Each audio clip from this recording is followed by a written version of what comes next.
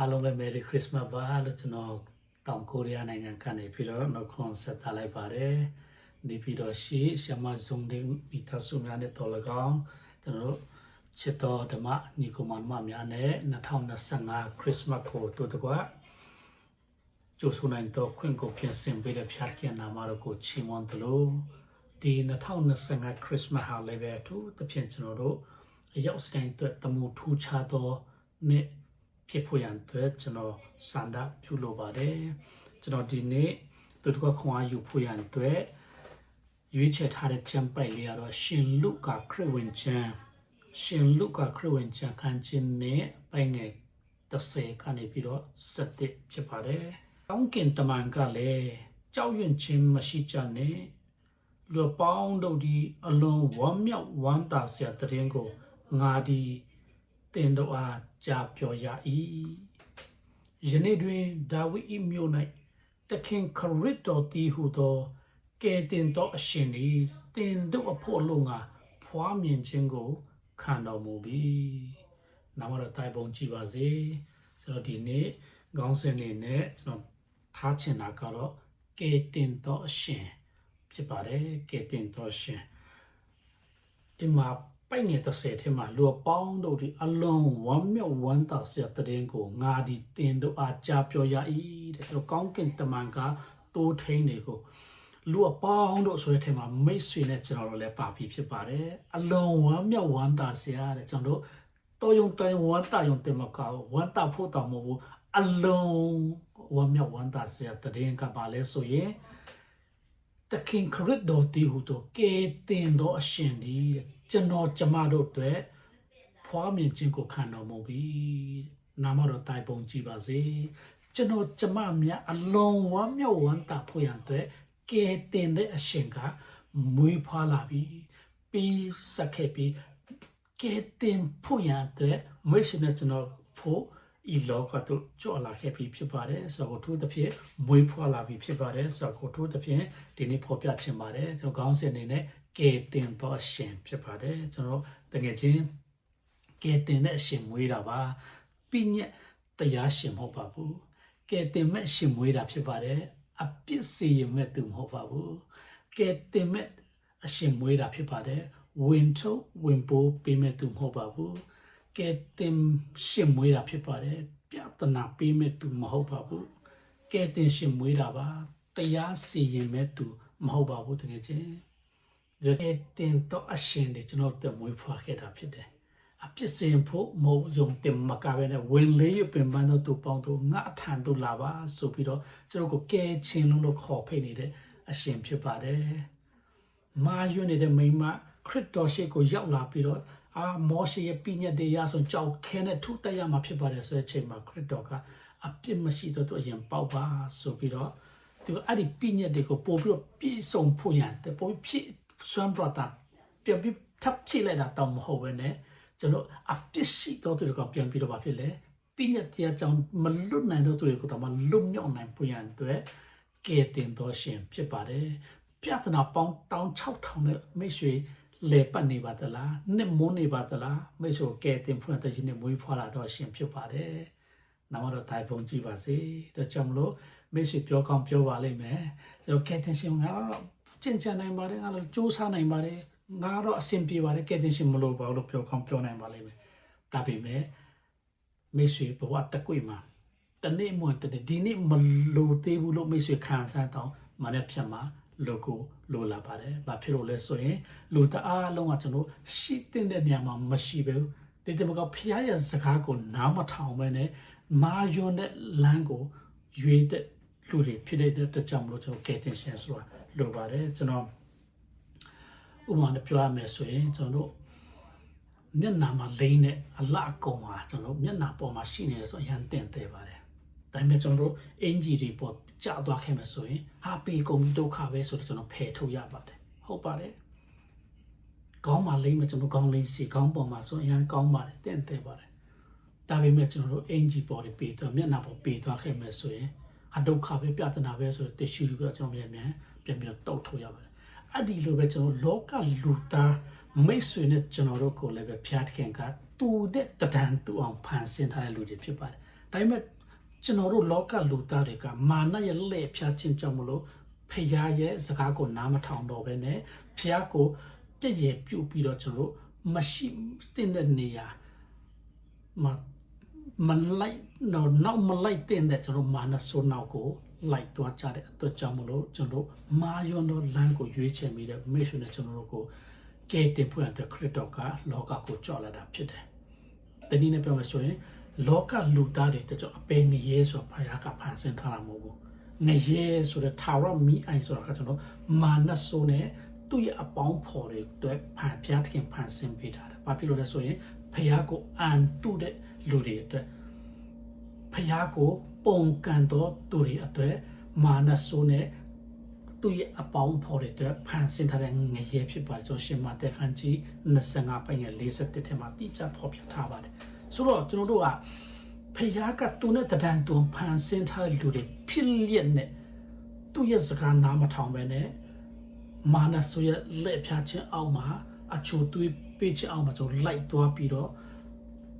ကျွန်တော်တို့မပြန်ဆင်ထားတဲ့အပင်ငယ်ထဲကိုဦးတည်ပြီးတော့ရှောက်လာနေကြတဲ့လူတွေဖြစ်တဲ့အတွက်ကြောင့်မလို့နှုတ်ပတ်တော်ကကျမ်းစာလာတွေကဖြောင့်မတ်တော်သူမရှိဘူးတယောက်မှမရှိဘူးနားလေတော်သူမရှိဘူးတဲ့ဖျားသခင်ကိုရှာတော်သူမရှိဘူးတဲ့နော်လူအပေါင်းတို့ဒီလမ်းလွဲကုန်ကြပြီတညီတညွတ်တဲ့အတုံးမရတော်သူဖြစ်ကြပြီကောင်းသောအကျင့်ကိုလည်းပဲကျင့်တော်သူမရှိဘူးတဲ့တယောက်မှမရှိဘူးဆိုတော့ကျွန်တော်ယောမအခန်းကြီး3အပိုင်ငယ်30နဲ့17ထဲမှာဖော်ပြထားပါတယ်သိမှန်ပါတယ်ဖျားကကောင်းအောင်ဖန်ဆင်းထားတာဖြစ်ပေမဲ့ကျွန်တော်လူသားတွေကမာနဆိုးကြောင့်မလို့မာနဆိုးလက်ဖြတ်ခြင်းကိုယုံမှားမိတဲ့အတွက်ကြောင့်မလို့ကျွန်တော်တို့ကဖျားကိုရှာတော့သူတွေမရှိတော့ဘူးကိုယ်နဲ့ကိုလုံနိုင်ပါတယ်စူးစမ်းနိုင်ပါတယ်စွမ်းဆောင်နိုင်ပါတယ်ဆိုပြီးတော့ကျွန်တော်တို့ကကိုဟာနဲ့ကိုငါဆိုတဲ့အတ္တတရားရှိလာတယ်ဒီကြောင့်နှုတ်ပတ်တော်ကတညီတညွတ်တဲ့လမ်းလွဲကြတယ်လမ်းလွဲတာတော့မယိုတတ်လွဲတာမဟုတ်တညီတညွတ်တဲ့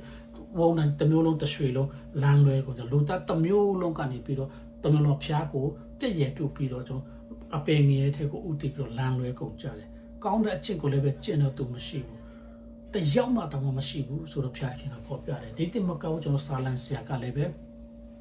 စာလန်90ပိုင်းငယ်9မှာအကျွန်ုပ်ဒီမွေးစားကပင်အပြစ်ပါလျက်ရှိတယ်အမိ1ထဲမှာပရိသေယူစင်ပင်အပြစ်ဆွဲတယ်ဆိုတော့ကျွန်တော်တို့ကအပြစ်နဲ့နေမုန်းနေတယ်ဘာဖြစ်လို့ဆိုရင်အဖို့အာဒံနဲ့အေဝါအဖြစ်ရရှိလာတဲ့အပြစ်တွေကလိုချင်းမလိုချင်းကျွန်တော်တို့ကအဲ့ဒီအပြစ်ရဲ့ချုပ်နှောင်ခြင်းတွေထဲမှာကျွန်တော်ကနေမုန်းနေကြတယ်အဲ့ဒီထက်ကနေထွက်လန်းဖို့ရတဲ့ကျွန်တော်ရဲ့ခွန်အားတွေကြောင့်ဘယ်တော့မှယုံထွက်လို့မရနိုင်တော့ဘူးတနည်းနဲ့ပြောမယ်ဆိုကျွန်တော်ရေနှစ်နေတဲ့လူကတွတ်တဲ့သူဘယ်တော့မှရေထဲကနေပြီးတော့ထွံ့မြောက်နိုင်လွတ်နိုင်ဖို့ရတဲ့နေလာမရှိဘူးရေမနစ်တဲ့သူတယောက်ကသူ့ကိုပြန်ပြီးတော့ဆွဲထုတ်နိုင်မှတာလေအဲ့ဒီလူကရေနှစ်ချင်းကနေလွတ်မြောက်နိုင်မှာဖြစ်ပါတယ်ဒီလိုကြောင့်လို့ကျွန်တော်တို့ကလည်းအဲ့ဒီအပြစ်ထဲမှာနှစ်မုန်းနေပြီးတော့အပြစ်ထဲမှာပျော်ပါနေတဲ့အတွက်ကြောင့်မလို့ကိုယ့်ဟာနဲ့ကိုယ်မာမလို့မာမှန်တောင်မှမတီးတော့တဲ့အခြေအနေအရန်ပဲတနာစရာကောင်းတဲ့အခြေအနေရောက်သွားကြတယ်ဒါပေမဲ့ဖခင်ကသူ့ရဲ့တဒံနဲ့သူ့အောင်ဖန်ဆင်းထားတဲ့မိတ်ဆွေနဲ့ကျွန်တော်ကိုကဲတင်ဖွင့်ရတဲ့သူကကျွန်တော်ကိုလောကကိုကြွလာတာဖြစ်တယ်ဆိုတော့သူတစ်ဖြင့်ဖော်ပြခြင်းတယ်ကျွန်တော်ဖြစ်ရမှတတိခန့်ချက်လေးတစ်ခုကျွန်တော်ထပ်ပြီးတော့ထပ်ဆင့်ဝင်လာခြင်းတယ်တခါတော့မှကျွန်တော်18အရွယ်လောက်ရှိတဲ့လူပြိုလေးတယောက်ကကိုမှအကျိတ်လေးတွေရှိပြီးတော့အဲ့ဒီအကျိတ်ကိုဆရာဝန်တွေနဲ့ပြကြည့်တဲ့ခါကျတော့အကျိတ်ကင်ဆာဖြစ်နေတယ်ဖြစ်နေတယ်တဲ့ဆိုအဲ့ဒီလူငယ်လေးကမိခင်ကလည်းပဲဆရာဝန်ကြီးဖြစ်တဲ့အတွက်ကြောင့်မလို့သူ့အများသူ့ရင်းနှီးတဲ့ကင်ဆာအရန်ကောင်းတဲ့ဆရာဝန်ကြီးတွေကိုခေါ်ပြီးတော့သူတို့ရှိတွားပြတယ်အမှသူတို့လည်းတန်နိုင်ဆုံးအများဆုံးစူးစမ်းပြီးတော့ကုကြတယ်ဘယ်လောက်ထိကုတယ်လဲဆိုရင်ဒီအကျိတ်တွေကိုကီမိုသွင်းတာလည်းအကျိတ်100မကဘူးတဲ့ကဲဓာတ်ကင်တာလည်းပဲအကျိတ်100မကဘူးတဲ့တပတ်တစ်ချိန်လုံးလိုက်နှစ်ပတ်တစ်ချိန်လုံးလိုက်နဲ့တတ်နိုင်တဲ့ဖက်ကနေပြီးအကောင်းဆုံးလုပ်ကြတယ်ရလာတဲ့အဖြေကတော့လူကပို့ပြီးတော့ပိန်လာတယ်မဲတူးလာတယ်ပို့ပြီးတော့လူတော့မှကြောက်လူရုပ်တော့မှပေါက်လို့တဲ့ချိန်တွေဖြစ်သွားတယ်အချိန်100စီလောက်လှုပ်ပြီးတဲ့အချိန်ကျတော့ဆရာဝန်ကြီးကလည်းပဲဘယ်လိုပဲဖြစ်ဖြစ်ကောင်းလေးကိုပျော်ရွှင်ပဲထားလိုက်တော့ အိမ်မှာပဲလွတ်လွတ်လပ်လပ်ထားလိုက်တော့စားချင်တာကျွေးလိုက်လှုပ်ချင်တာလှုပ်ခိုင်းလိုက်တော့ဆိုပြီးတော့သူ့အမေကိုပြောပြီးတော့အဲ့မှာအတိတ်ပဲကတော့ကောင်လေးကမကြခင်ရှောတော့မှာပဲတည်တော့မှာပဲတို့ကြောင့်မို့သူ့ကိုဒီတိုင်းပဲထားလိုက်တော့ပျောက်မှာမဟုတ်တော့ဘူးဆိုတဲ့တင်ရတာဖြစ်ပါတယ်အဲ့ချိန်မှာသူကလည်းပဲအရန်ပဲအဲ့ဒီလူငယ်ကလည်းပဲအရန်ပဲဘာဖြစ်လဲဆိုရင်စိတ်တကြအဲ့ရပေါ်လေလျောင်းပြီးတော့ငါတီးမထူးနေမထူးပါလားဆိုတော့စဉ်းစားနေတဲ့အချိန်မှာသူကကြားဖူးနာဝါလေးထိုးရှိလာတယ်စဉ်းစားမိလာတယ်အဲ့ဒါပါလဲဆိုရင်စကြဝဠာတစ်ခုလုံးကိုဖန်ဆင်းတဲ့အရှင်ဆိုတာရှိတယ်ဖျားသခင်ဆိုတာရှိတယ်ဆိုတော့ကိုသူကနားတယ်သူအရင်တော့မှဧဝံဂေလိဆရာတွေပြောတာတော့ပြန်ပြီးတော့ကြားမိတဲ့ခါကျတော့သူကစုတော့စပြီးစုတောင်းလာတယ်စကြဝဠာတစ်ခုလုံးကိုဖန်ဆင်းတဲ့အရှင်ကျွန်တော်ကိုလည်းပဲဖန်ဆင်းတဲ့အရှင်တကယ်ရှိတယ်ဆိုရင်ကျွန်တော်မှာမကောင်းတဲ့အသားရည်တွေမကောင်းတဲ့ဒီယောဂါတွေကနေပြီးတော့ကျွန်တော်ကိုပြုတ်ပြင်ပေးပါပြန်ကောင်းလာအောင်ပြုတ်ပြင်ပေးပါဆိုပြီးတော့ဆုတောင်းလိုက်တယ်ကျွန်တော်ကိုပြန်ပြီးပျောက်အောင်ပျောက်ကင်းခွင့်ပေးမယ်ဆိုရင်ကျွန်တော်ကိုရောကိုလက်ခံပါမယ်ကိုရောနောက်ကိုလိုက်ပါမယ်တက်လုံးလိုက်ပါမယ်ဆိုပြီးတော့ဆုတောင်းလိုက်တယ်အဲ့ဒါနဲ့တဖြည်းဖြည်းနဲ့အဲ့ဒီလူကတူတောင်းတတိမထားမိခင်မှာတေဖို့တရားမှာတရားတေချတယ်ဆိုပြီးတော့စောင့်နေကြတဲ့မိဘာရတောင်းမှာအော်ရလောင်အဲ့ဒီလူငယ်လေးတဖြည်းဖြည်းနဲ့ပို့ပြီးကောင်းလာတယ်အခုအသက်50ကျော်နေပြီအဲ့ဒီယောဂလည်းမရှိတော့ဘူးနောက်တော့တိုင်ပုံကြည့်ပါစေအဲ့ဒီလူကအိုးကောက်လို့ခေါ်တယ်အဲ့ဒါကျွန်တော်အဆိုတော်ကိုမျိုးကြီးရဲ့တငယ်ချင်းတယောက်ဖြစ်ပါတယ်ဆိုတော့ကျွန်တော်တို့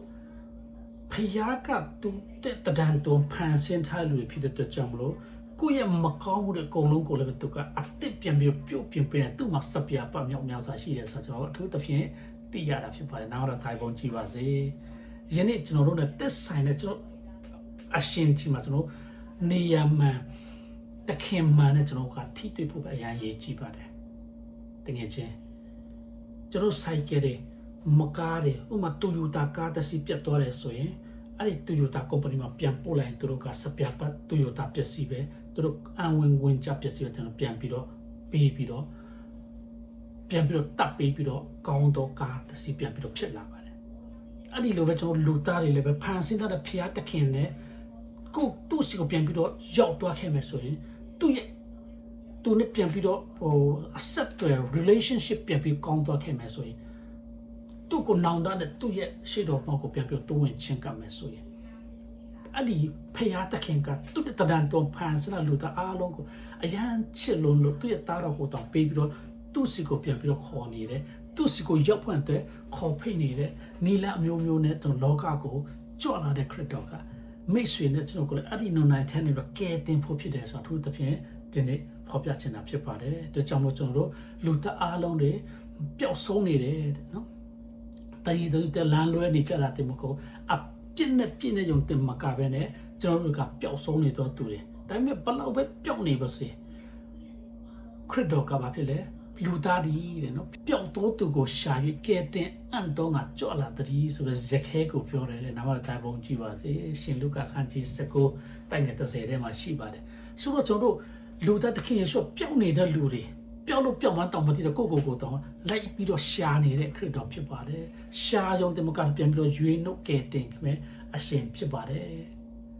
အဲ့ဒီအရှင်ကမိတ်ဆွေနဲ့ကျွန်တော်ယနေ့လောကကြီးကိုမွေးလာတယ်လောကကြီးမှာလူရဲ့လူ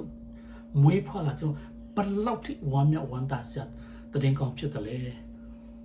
ရှင်မာသက်ခန်းကြီးတစ်ပိုင်ငယ်27မှာထိုသားဒီတဲ့နော်ထိုယေရှုဒီမိမိလူတို့ကိုအပြစ်မှာကဲချုပ်မိသူဖြစ်တော်ကြောင်း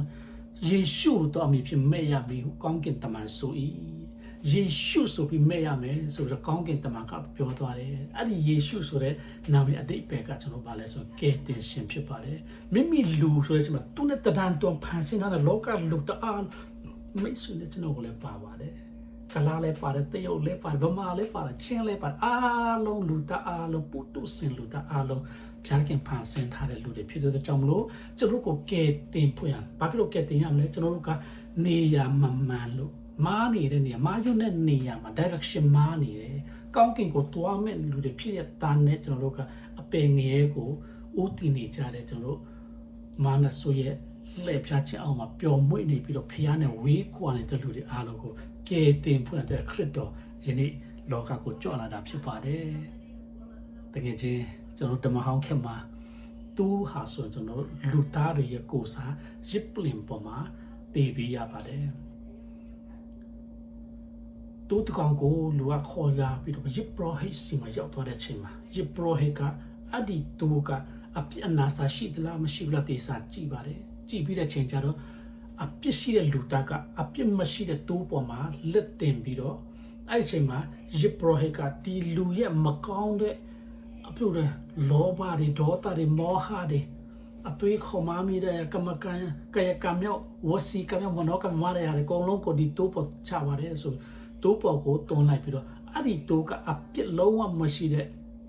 တူကအပြစ်သားဖြစ်တဲ့လူသားတွေရဲ့အပြစ်ကိုတူပေါ်မှာတင်လိုက်ပါတယ်ဆိုတော့အဲ့ဒီလူကအပြစ်ကင်းသော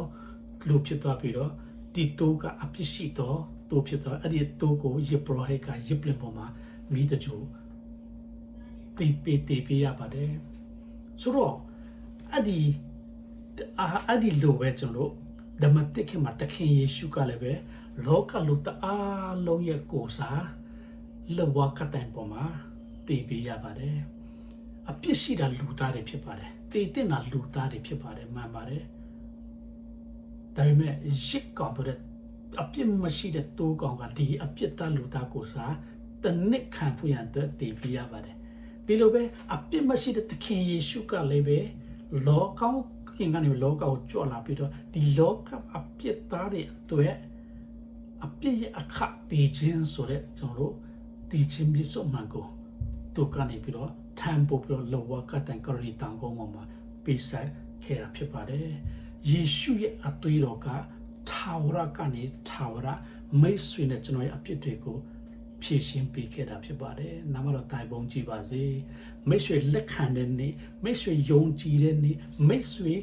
ကျွန်တော်အတွက်ပါလားကျွန်မအတွက်ပါလားဆိုပြီးတော့လက်ခံတဲ့နေ့ဟာမိတ်ဆွေလည်းပဲစစ်မှန်သောခရစ်တော်ရဲ့တပည့်တော်ဖြစ်ပါတယ်။ဒီတော့ကြောင့်မလို့အဒီခရစ်တော်ကမိတ်ဆွေကိုအုပ်ဆိုးလာပြီးတော့မိတ်ဆွေရဲ့ဘဝမှာသူ့နိုင်မရတဲ့ပျော်ရွှင်ခြင်းဘာဖြစ်လို့လဲဆိုအဖေရင်းနဲ့တွေ့သွားတဲ့တာဖတာအမိတယ်လို့ပဲကျွန်တော်ဝမ်းမြောက်ဝမ်းသာပျော်ရွှင်ပြီးတော့ကျွန်တော်ဖျားသခင်နဲ့သူစံပြန်ဖို့ရယနေ့မိတ်ဆွေကိုကယ်ဖို့မိတ်ကျွန်တော်ကိုကယ်ဖို့ကောင်းကင်ရာဇပလင်ကိုစွန့်ပြီးတော့လောကကိုကြွလာတဲ့ခရစ်တော်ယနေ့ကျွန်တော်ကြိုးဆိုနေတဲ့ခရစ်တော်လူစားတိခံလာခြင်းဟာတိမ်ငယ်စွာနဲ့ကျွန်တော်လူစားတိခံလာခြင်းမိတ်ဆွေနဲ့ကျွန်တော်ကိုကယ်တင်ဖို့ဖြစ်ပါတယ်ပြောင်းနေတော့မိတ်ဆွေနဲ့ကျွန်တော်ကို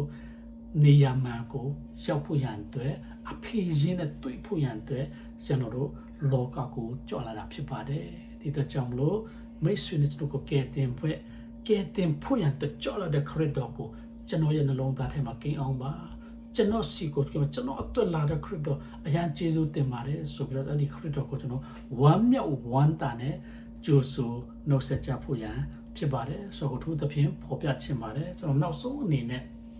ပုံမြင်လေးတစ်ခုနဲ့ဆုံးသက်ချင်ပါတယ်တခါတော့မှကျွန်တော်တို့မောင် A ရှိတယ်မောင် B လည်းရှိတယ်မောင် C လည်းရှိတယ်ဒီ၃ယောက်အတူတူလှုပ်ကြတယ်တဲ့ဆိုတော့မောင် A ကသူ့ရဲ့အလုပ်ပါလဲဆိုရင်မြေတူးမဲ့အလုပ်ဖြစ်တယ်မောင် B ရဲ့အလုပ်ကပါလဲဆိုရင်မျိုးစိစိုက်ဖို့ရတဲ့ဖြစ်တယ်မောင် C ရဲ့အလုပ်ကဆိုရင်ပါလဲဆိုရင်မြေကြီးပြန်ဖုံးဖို့ဖြစ်တယ်အဲ့ဒီလိုနဲ့ပုံမှန်အလုပ်ကြတော့စင်နေပြီလို့တခါကြတော့မောင်စီကပေါ်မလာဘူးဒါပေမဲ့မောင်အေးကလည်းပဲသူ့အလုပ်မဲ့အလုပ်ကိုမြေတူးတယ်မောင်ဘီကလည်းပဲသူ့အလုပ်မဲ့အလုပ်မျိုးစိကိုချပေးတယ်ဒါပေမဲ့မောင်စီကပေါ်မလာတဲ့ခါကျတော့ဘာဖြစ်လဲဆိုရင်အဲ့ဒီမျိုးစိကမြေပြီးအုပ်ထားတဲ့ခါကျတော့အပြင်မပေါက်လာနိုင်ဘူးဒီလိုပဲကျွန်တော်တို့ဖယားသခင်က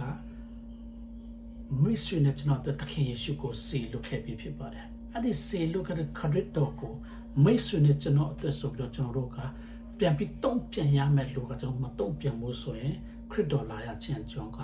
အချင်းကြီးတက်ဖြစ်မှာဖြစ်ပါတယ်ဒါကြောင့်မိတ်ဆွေကိုကယ်တင်ဖို့ကျွန်တော်ကိုကယ်တင်ဖို့ဤလောကသို့ကြွလာတဲ့ခရစ်တော်ကိုကျွန်တော်အသက်ပါလားကျွန်မအသက်ပါလားဆိုပြီးတော့ယူတင်ဝတ်ဆောင်ကြပြီးတော့အဲ့ဒီခရစ်တော်ရဲ့မွေးကျွန်တော်တို့မွေးလာတာပါလားဆိုခံယူချက်နဲ့ ကြိုးဆိုကြမယ်ဆိုရင်ခရစ်တော်ရဲ့မွေးဖွားခြင်းဟာခရစ်တော်ဒီခရစ်စမတ်ကပို့ပြီးတော့အတိတ်ပဲရှိလာမှာဖြစ်ပါတယ်ဆိုတော့သူတစ်ဖြင့်ဖော်ပြချင်ပါတယ်ဖျားသခင်ကောင်းချီးချပေးပါစေ